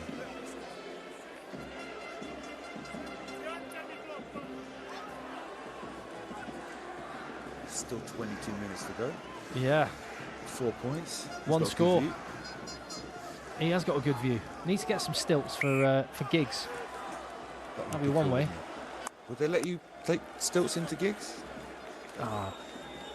Only one way to find out, isn't it? Like Glastonbury this summer. Like, be just stilts. I want to see one person on stilts.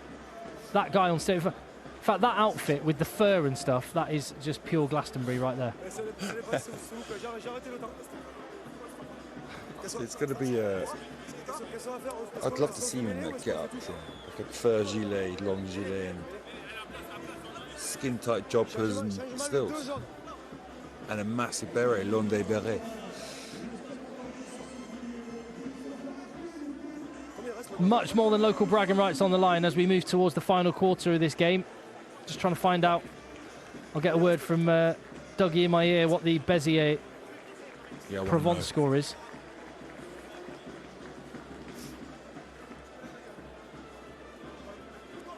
Béziers have extended their lead. They're 20 points to 10 up, meaning they will move out of 15th place, second bottom of Pro de Deux, and they will go above whoever loses this match.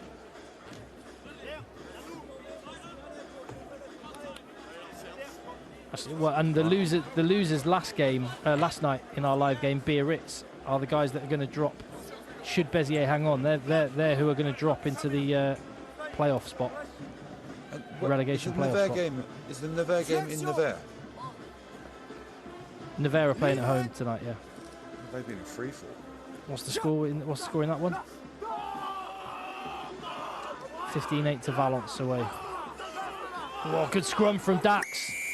And every time Mont de Marsan get a little bit of territory, either the line out goes wrong or in this case the scrum. They cannot twist the knife. A yellow card, the options they had, kick to the corner more. They haven't scored in that yellow card period. And that could be a major, major moment for this game.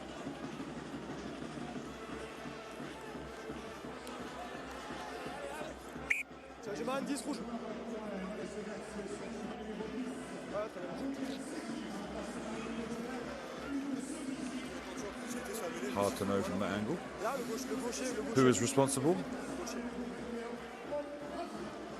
Segui's going off. Wise head. Wow, that's a haircut. Actually, it's not as impressive as I first thought. Yeah. Recule un peu plus, Jeanne, recule. Jeanne, recule. Charlie Matthews, dummies, lifts, stolen again. On est dans leur camp. Mont-de-Marsan, can they take advantage with the space? Oh, that's a really good read. It was Louis Couget, the youngster, stepped out of the line, put in a big shot. Dax have possession again. The defence has got holes everywhere. Knock-on advantage only. Oh, there are defenders flying out of lines. He shouldn't have stuck his foot in that one. He might have. Someone diving on a ball like that is never somewhere you should stick your foot. It's like a bad football injury could be. Hey, there's a lucky steps at the last minute. Yeah, knock on for sure. Let's see the big hit. The winger made a big call. It was a kind of played 4 men. The winger had to step in from a long way. Did that not hit his head? It hit his face, yeah. Which is not a knock on. Because we've had the it was in the Rugby World Cup. Who was it? Someone nutted the ball for England and against Japan. Yeah, and England got a try. It was off the noggin. And as a result, not a knock on. Who was that in the chat? Who whose head did it come off? I want to say Sam Underhill.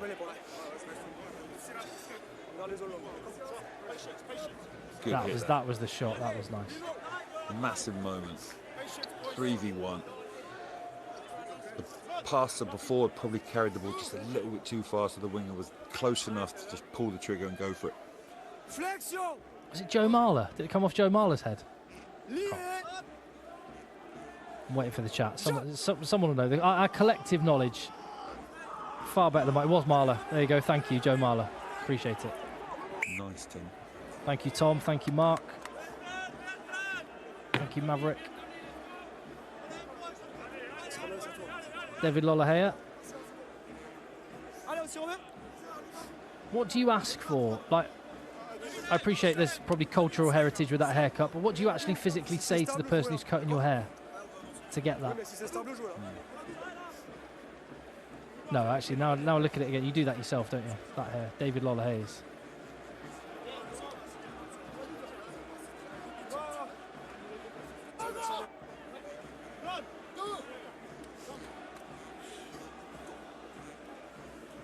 Well, David Lollahea, he did his job last scrum. Absolutely pummeled Thomas Boutel. Mass moves mass, and I think he's going to town again. Was that some Pulp Fiction music we just heard there coming from the brass band? As Dax, Joe plays it, Nasira stays in field. And Dax, after absorbing all of that pressure, a man down, navigating that period really well, now have the chance to attack. And this could be absolutely huge. Oh, an opportunity to go 7 clear. What'd you do, Joe? Oh, there you go. We've already got the call. No, he certainly wants 3, but what a terrible pass from the 9. Wasn't it? Great go forward, and again, where was the space at that point in time? Was it wide? If it was, then that pass is even more brutal. Long passes give people time to get up. Oof. Top marks. The Mont-de-Marsan band, the Bandas, are exceptional. What was that song called? I don't know what it's called, but it's the one from Pulp Fiction. Such a great soundtrack. Oh, so good. I mean, Tarantino can pick a tune. I mean, he has slightly too many close-ups of feet in his movies. Clearly something he likes, but I can't knock his music selection. You think he gets off on feet? I mean, what a conversation as Dax are putting over a very important 3 points in the game. I'll return to that. 16-23 for Dax. You never know, it might help the algorithm.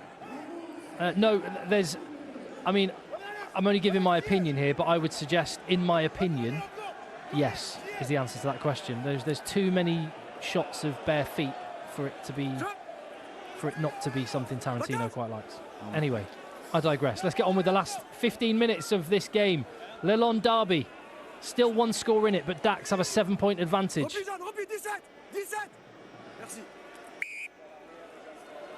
And they have just managed the second half a lot better. And the set piece is starting to have the pressure pay. Again, Joe, what do you think the differential is in the budgets of these two? It won't be too dissimilar. I think Dax probably got less now. Also, these financial issues before. I'll have a quick... Off the top of my head, I can't remember their budgets, but I can have a quick look. No, that's all right. It is interesting. It is interesting to know. Yeah. I'm just wondering if there's one of these teams is particularly punching above their weight relative to the other. Okay, last 24-25, Dax had a budget of €7 million. Is that for the whole club? That's not just the salary of the squad, is it? No, that's for the whole club. Right? The whole club, yeah. Marsan were actually considered probably up around 9. Up just over 9. And more than Colomiers. Okay, interesting. I don't know if that's still the case a year or two later. Then again, of course, there is the little asterisk next to Dax and anything financial. Exactly, I'm sure they won't have as much now. Another knock-on from Marsan. Another jackal from Dax. That could kick on.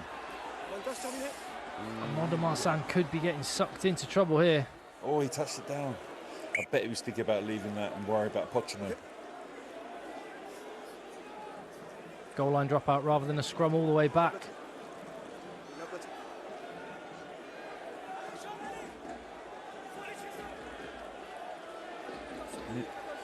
Would that still be... No, the knock-on was done. That would have been such a big scrum to have. Oh, he had to leave that. What's he doing? That would have been a scrum. Yeah. Like 55 metres up the pitch. But just get your body around the ball so he can't. It was over the dead ball line. That's what I don't understand. He touched it down. It was almost... Oh, dearie me. Ooh. And it could really pay. Barrère. And now Lamalu. Mamea Lamalu. Round the corner. Duprat to the edge. Pass was behind Altman, but he's going to find his way to the line. Lifts. Jope Nasira in. And Mont-de-Marsan could have been having a scrum themselves in Dax's half. Punished with possibly, quite probably, a game-winning try from Jope Nasira. Yeah, again, we see Dax's just handling skills are so much higher and more able than Mont-de-Marsan. Mont-de-Marsan made so many errors in this game, whereas Dax have enabled themselves to build phases. I mean, that was a diabolical dropout as well, really short. But then they can attack the line, run at spaces, drag defenders in, make quality passes like that. That last one was a terrible pass. I'll take that one back. But on the whole, Dax have handling skills way and above Mont-de-Marsan. I think if one of the coaches did say Béziers are ahead, pull your finger out, it feels like it's the Dax coach at the minute, because they've come out with much more intent in the second period. Another try, and they could end up with the full 5 points the way it's going. And you can see the local bragging rights going to the fans in the red and white. Hugo Cerisier and his mullet adding the extras. One more try for Dax. No, that is enough for a bonus point if things stay exactly as they are. What have Mont-de-Marsan got? They've had opportunities.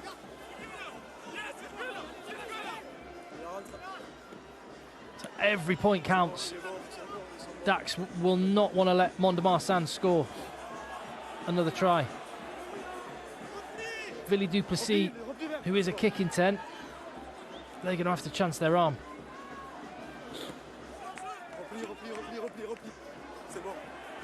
Because again, with the bonus point system, first objective for Mont de Marsan is deny Dax an extra point, but kicks like that not helping.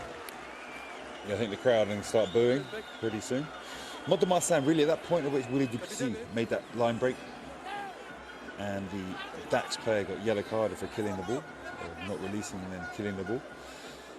We had a little fight. From that moment, Dax have been dominating this game. Mont de Marsan have really gone to pieces. Should have been the moment where Mont de Marsan could have gone ahead. But moments like this are where seasons get ruined. They're going to be down in the dogfight. Hey, what's the scores in the other games? Well, last we heard, the real big one, the real big game is Béziers against Provence. That could have implications at both ends of the table. And last we heard, Provence were 10 points down at home. Away to Béziers. Nevers aren't too far off the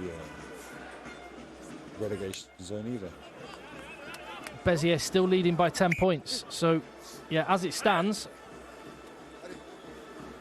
it's not a weak Provence team they're playing against as well. And so as it stands, at the bottom, Carcassonne. Biarritz are dropping to 15th on 44 points. And if it stays as it is, Dax move clear. And Mont de Marsan will be one place and 1 point out of the drop zone. And their points difference is not good.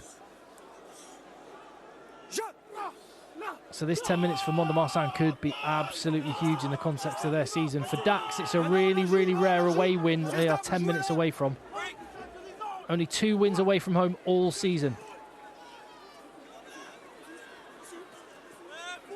And Mont de Marsan, from 4 wins on the bounce, are looking at back-to-back defeats. And then add on top of that, the defeat is coming at the hands of their bitter local rivals. And it's not going to be a fun weekend ahead.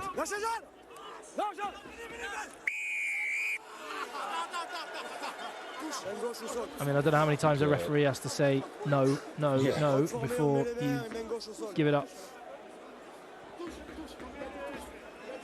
Coach asking for the touchline, trying to put the bonus point situation out of reach. Yeah, I'd be tempted to go 3 scores up, but yeah, secure the bonus point as well is not a bad call. Well, they've got the bonus point in the bag, but it just means that they can afford to ship a try and still keep it. Yeah, I thought the tackle might be high. I don't think his head slid up to head on head. Surprised he didn't have a closer look at that. Dax fans get over the moon. Yeah, noisy neighbours. They're going to let the Mont de Marsan fans know it. Is it the done thing for home fans to leave early if they're a little bit annoyed? Yeah, I think they've definitely. Yeah, some fans leaving in droves. Oh dear, absolutely boshed. Paul Arnaud Osset I reckon just dispatched Milo Charlie Harris. came up with that call. I reckon he came up with that special move. They're leaving the front, competing hard enough here, and boom, clear at the front, line break try. Oh, I just went to sleep. Surely that is the hooker in the channel. That's his job, just to watch that. Yeah, he's in the hooker, the 16 replacing the hooker. Just I want to have asleep. another look at what the hell he was doing during that period, because he reacts so slowly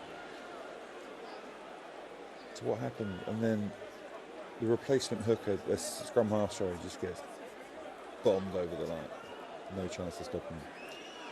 That's where sometimes you want to hide. You want to put maybe a powerful winger or somebody who's got some sort of stopping power. Well, Dax are winning this game. And comfortably as well. It was a 1 point lead at half-time for Mont de Marsan, who haven't added a single point in the second period, despite being a man up for 10 minutes of it. Theo Duprat's evening is over. He had a big grin on his face. Might be a contender for man of the match. 16-35.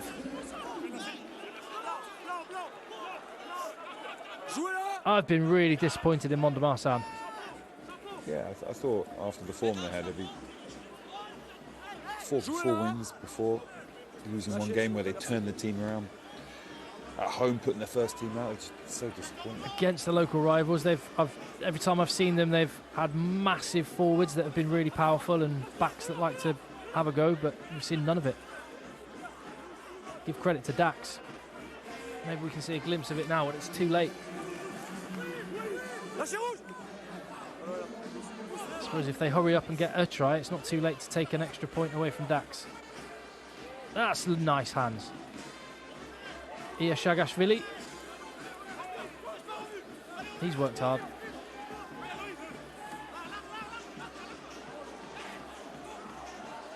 Billy Duplessis getting the ball to the edge. Dax happy to use the touchline as their extra defender. And nudge through. All in on that. All right, Marsan, they know they've got to hurry up. The way their line-out's been going, I'm not sure a line-out would be a good idea. Oh, we've got more Bagar. Bit more Bagar on the touchline. Here we go. The winger gets stuck in.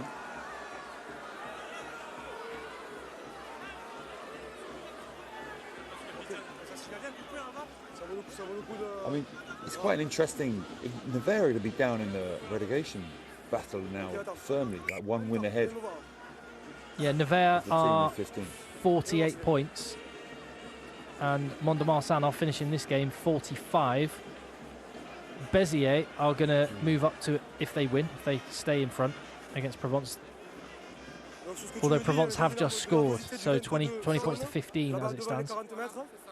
Nevers have got one of the biggest budgets in the league. Like, they're fourth biggest budget in the league. And Nevers are, potentially just a couple of points.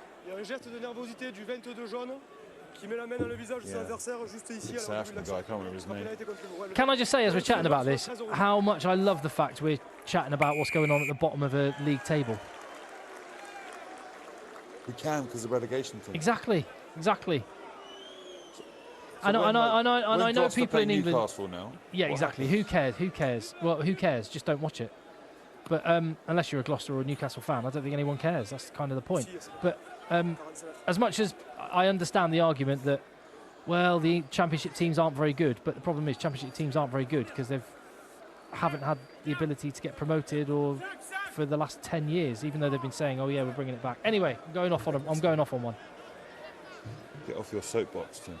Yeah, they've run it into the ground and then used the fact it's been run into the ground as the reason why they shouldn't let him in. Anyway,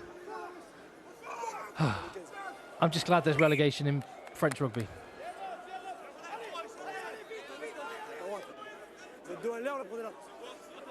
Final 4 minutes.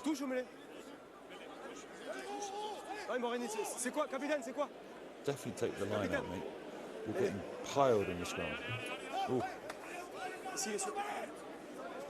So Brive are currently piling Aurillac as well, which means if Provence lose, it all tightens up at the top as well.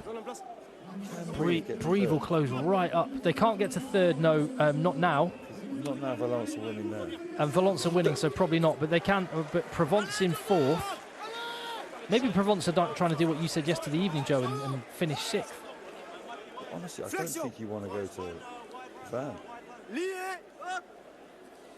Nevers have got a try against Valence, so that's tightened it up a little bit there. 15-23, so 8 points the difference. Oh, sorry, update, 20 points to 23. Nevers are only 3 points behind Valence. Interesting evening in Pro D2. Marsan haven't really made this second half as interesting as it could have been, and it looked like it was going to be, but take nothing away from Dax. They've dominated. Band is still going. What song? I know this tune.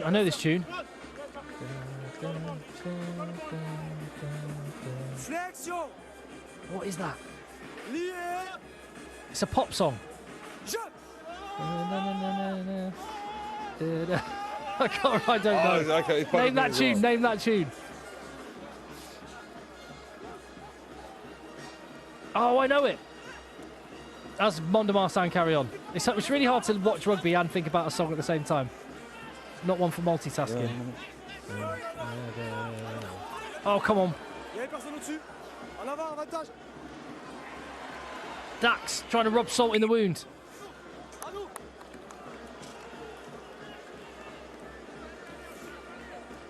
Le joueur vient contester, personne au-dessus du ballon. Il vient par l'axe. En avant du 14.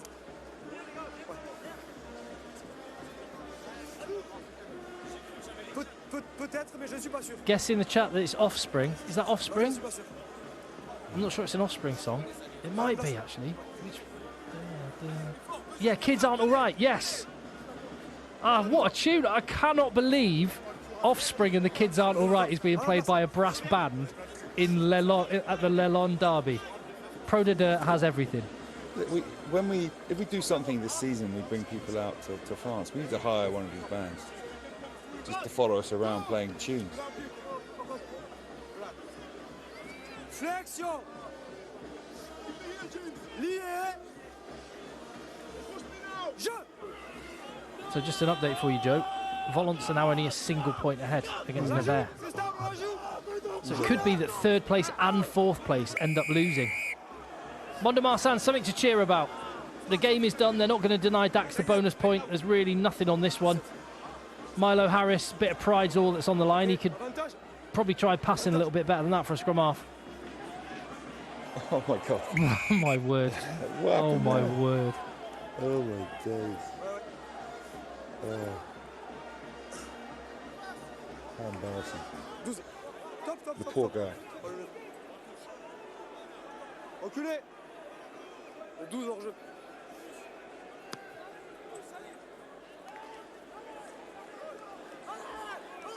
It's a very, very quiet set of home fans. Very happy set of visitors. Short trip home. Rouge. Attendez. Attendez, bloquez-le. Couple of cold ones, Sure. I'd imagine, Joe, after this. Big derby. Vincent Lechetto involved. He'll be taking them out for a few beers Annoncez-le, c'est le bazar. and to Encore? celebrate Vous êtes combien? what will be a great victory for them. 5, ok, 5. En place. The local derby. They might À get 2 out of mètres, town, rouge, relayeur à but 2 mètres. like you say, it's not far back to theirs. So Coach going tops off. he's a real character. Avantage. Consolation. Nothing more. And he probably, of all of the Mont de Marsan players, deserves that. Shagashvili. Charlie Matthews can take out the top knot. Yeah, that face says it all. His team have just not pitched up second half. Well, really, apart from a few moments, the whole game. So Nevers are 3 points ahead of them. Nevers are ahead now. That's push off. Oh, I see. No, in the table. No, 3 points ahead of Mont de Marsan. There is 1 point behind. Béziers currently 2 points in front.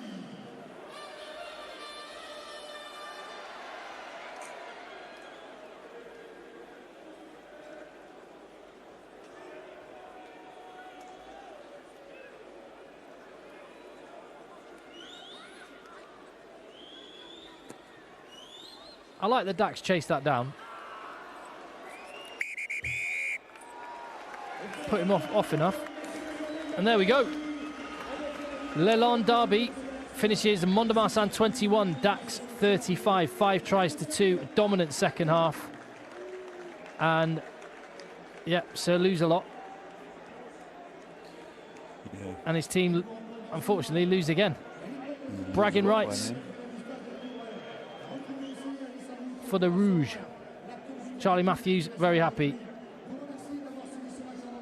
Who do you think the best player was, Joe? Segi, the 10. I thought he played pretty well.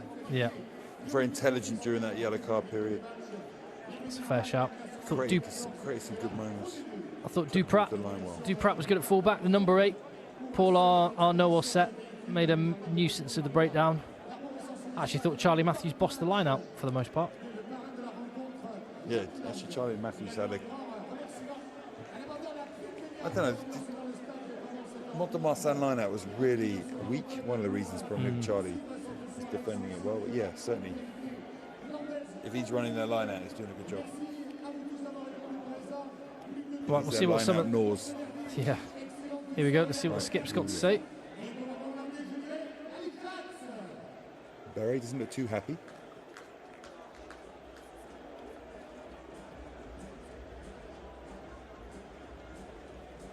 It's going to be tough. My lip reading skills are pretty poor. I think they're just... So we're seeing the Canal Plus feed. They're obviously chatting amongst themselves, so we'll chat amongst ourselves. He's got his waiting face. Yeah, he has Get got... on with this. These moments are awkward. I can tell you, as someone that used to, for 7 years, BT Sport did these interview bits, the bit where you're waiting for the presenting team to throw to you, it's because you don't want to, they've just finished a game, you don't really want to make them chat loads. Or what was the most awkward one? it was when I interviewed Mamuka Gorgodze. Oh, hold on, I'll tell you that in a minute.